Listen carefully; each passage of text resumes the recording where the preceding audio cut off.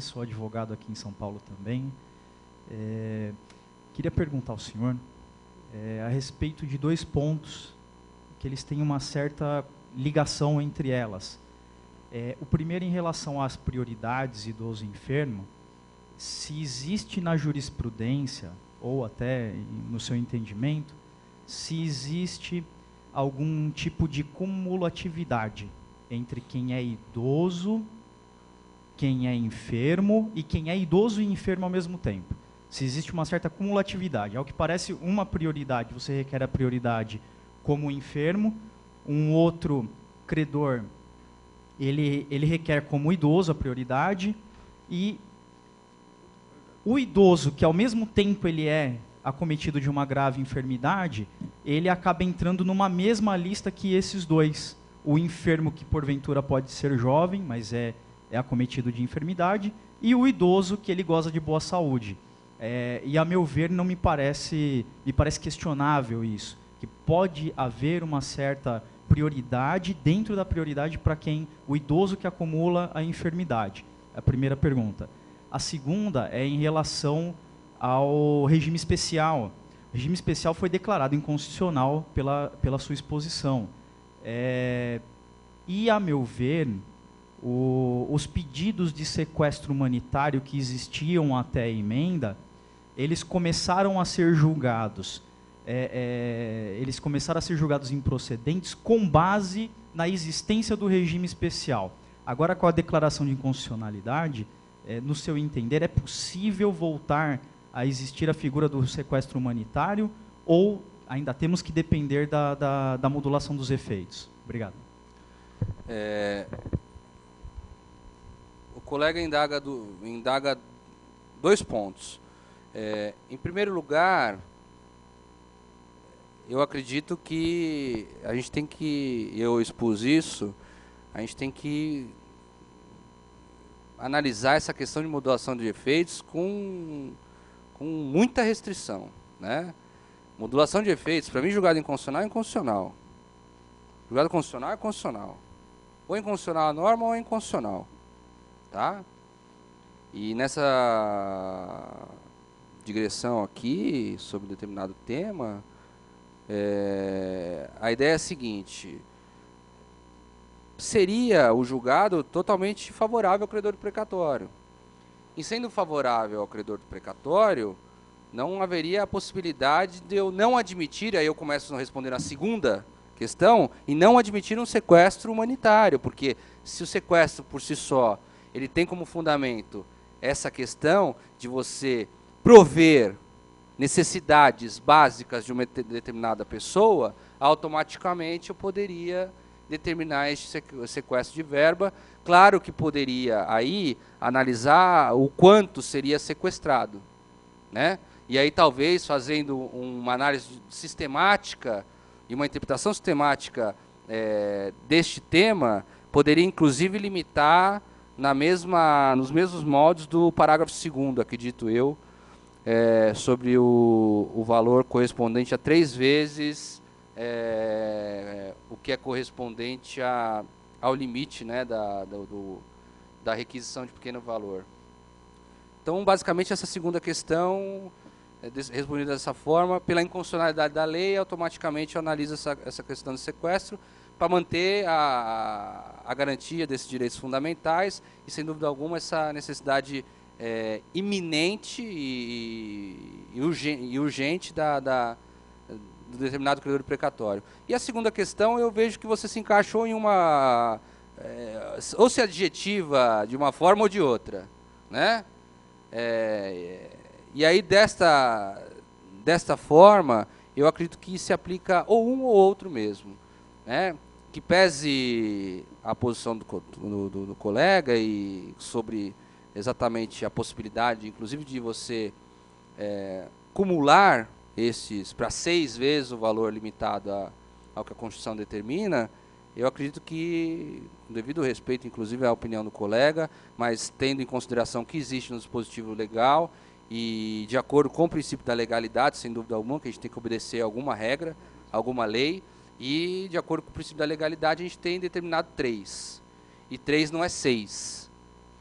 em que pese a possibilidade de interpretar, mas dentro do ordenamento jurídico, a interpretação basicamente é direcionada dessa forma.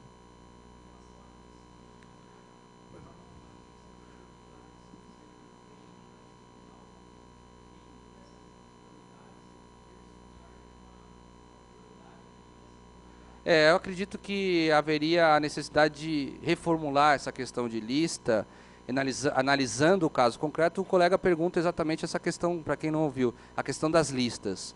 Em todos os sentidos, no que toca a matéria precatória, eu acredito que tem que ser revista essa lista, inclusive já pagando o que tinha que pagar nos últimos 3 meses aí, né? Mantendo isso, até para não ofender nenhum direito que já foi declarado, e até uma expectativa, vamos colocar uma expectativa de direito, mas que ofenderia de uma determinada forma uma situação razoável. E aí rever essa questão da lista, ou mesmo aproveitar, claro que vai aproveitar o que já foi criado na sistemática da resolução 115 do CNJ, que determinava inclusive essa questão voltada à lista, para que possa ter uma solução deste caso. Por favor, alguém mais? Mais aqui.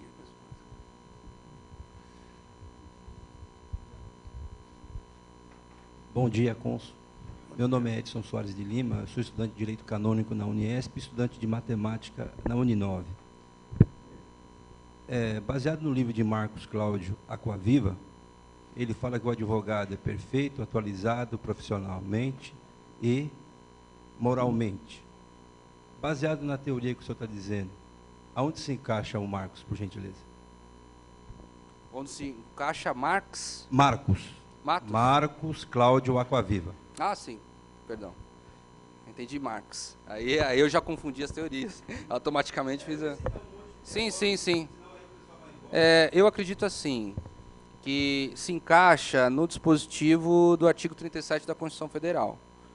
Quando o ministro Carlos Aires Brito julgou a ação direta de inconstitucionalidade 4357, ele falou do descaso do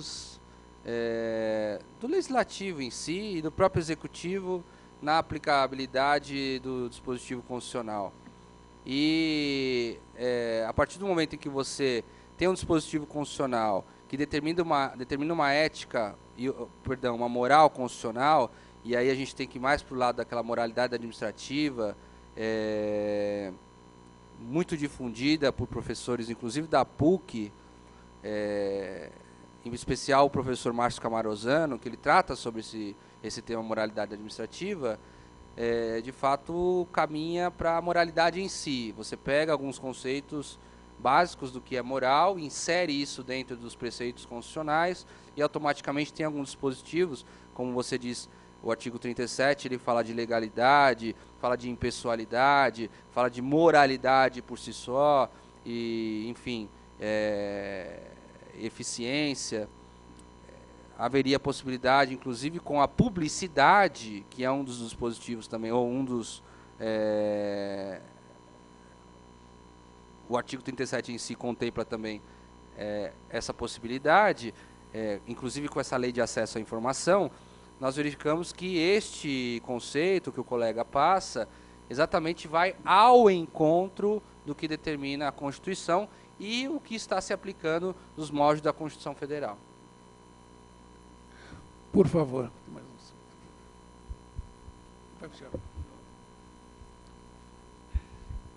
Meu nome é Valdemar Boiago, sou advogado na província, lá em Mauá. Tenho uma ação de desapropriação indireta contra a Prefeitura de Mauá, que já dura 29 anos. Recentemente, o Tribunal disponibilizou ao juiz da vara o valor para o pagamento final dos 6/10 restantes da emenda 30/2000. A Prefeitura alegou que tinha direito a uma diferença que anterior e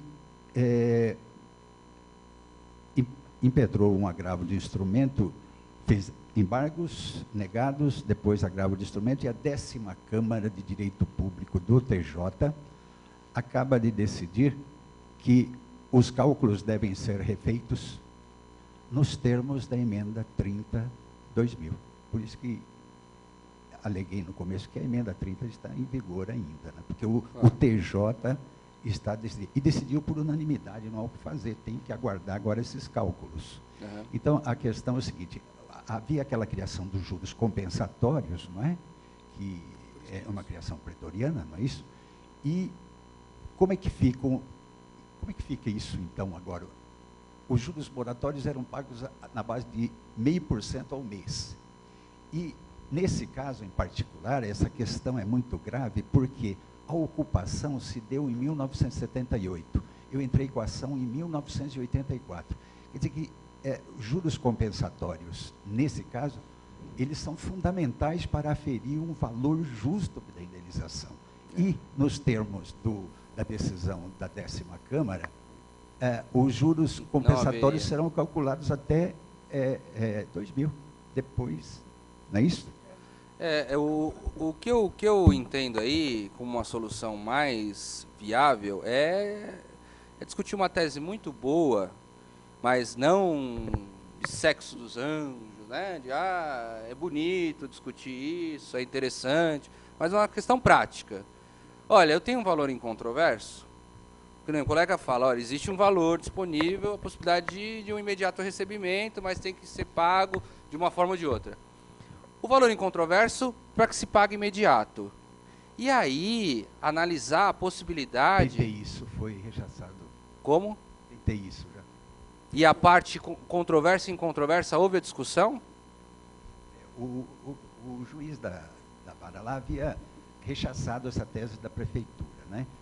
Melhor, aceitado a minha tese de que recebêssemos o incontroverso e o controverso a gente deixasse para discutir, mas a 10ª Câmara pôs isso tudo abaixo e determinou que novos cálculos e que o valor fique lá indisponível. Nesse caso, o colega não tem outra alternativa a não ser peticionar nos moldes do voto do relator, equiparando esses valores, não mais a atualizações que eram absurdas, sem analisar o valor real da dívida, analisando inclusive a possibilidade da aplicação de taxas igualitárias ao que é aplicado ao crédito tributário, por exemplo, e infelizmente vai ter que entrar numa nova discussão porque existe uma nova decisão, em que pese haja um determinado valor para pagamento, esse valor ele ainda está em discussão e de fato não vai ser liberado. Agora, não existe outra saída para o colega a não ser discutir nesses mesmos modos, inclusive que nós colocamos aqui,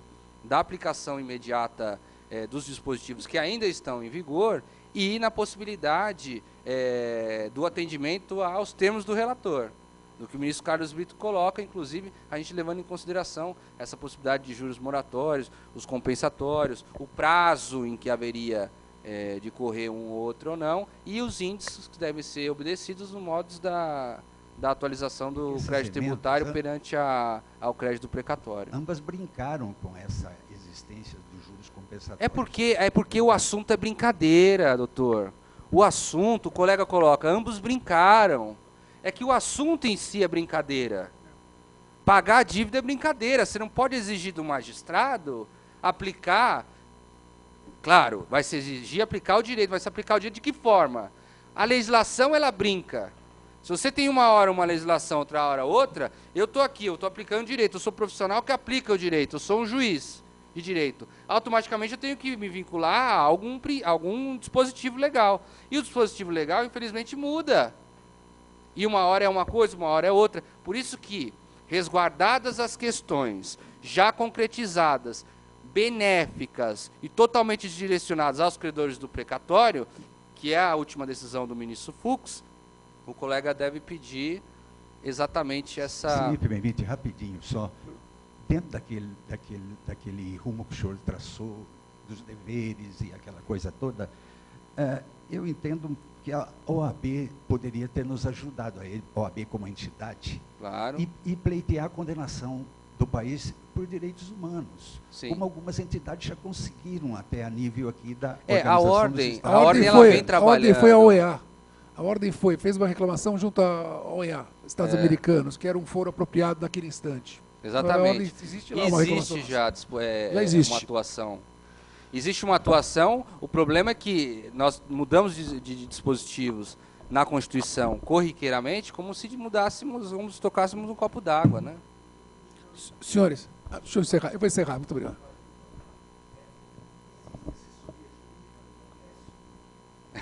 Aí o colega pergunta assim, só para finalizarmos aqui, inclusive para a presidência poder chegar a essas conclusões, existe assessoria jurídica no Congresso? Pergunta o colega. Aí a gente foge, infelizmente, dessa essência, que infelizmente nós temos que tratar das questões estritamente jurídicas, enfatizar as questões jurídicas e largar de lado as questões políticas. Obrigado. Senhor... Pois não. Mas rápido, por favor, que nós estamos já estourando mesmo o horário. Lembrei agora. Por favor. Meu nome é Franklin, sou advogado aqui em São Paulo. Bom dia aos senhores. A questão é prática, é cessão de créditos. Eu gostaria de saber o percentual de deságio praticado em relação aos precatórios federais. Como se pratica isso? Olha, aqui a gente está falando em dispor de um determinado bem. A resolução 115 do CNJ determinava, no caso de leilões, que o limite desse deságio chegasse a 50%. Agora a gente está falando de um direito teu, que você pode dispor a hora que você quiser. E aí depende da pessoa que vai dispor, que vai ceder esse determinado crédito. Não tem uma lei ou a própria resolução que determine isso. Determinava a época que valia os leilões. Como não vale mais... Aí eu acredito que o credor do precatório que tem que saber exatamente qual que é a viabilidade. Eu estou prestes a querer fazer a última viagem da minha vida e nada mais. Eu vendo pelo valor que eu acho interessante, o direito é meu, o crédito é meu, e aí, por consequência, se faz uso do cessionário. Uma orientação não tem. Senhores, queria agradecer a presença de todos, especialmente do Dr. Arthur Hatt, a quem eu passo o nosso modesto certificado de proferimento de palestra, e cujo maior significado é a nossa certeza de que nós saímos todos aqui muito mais enriquecidos do que chegamos. Muito obrigado.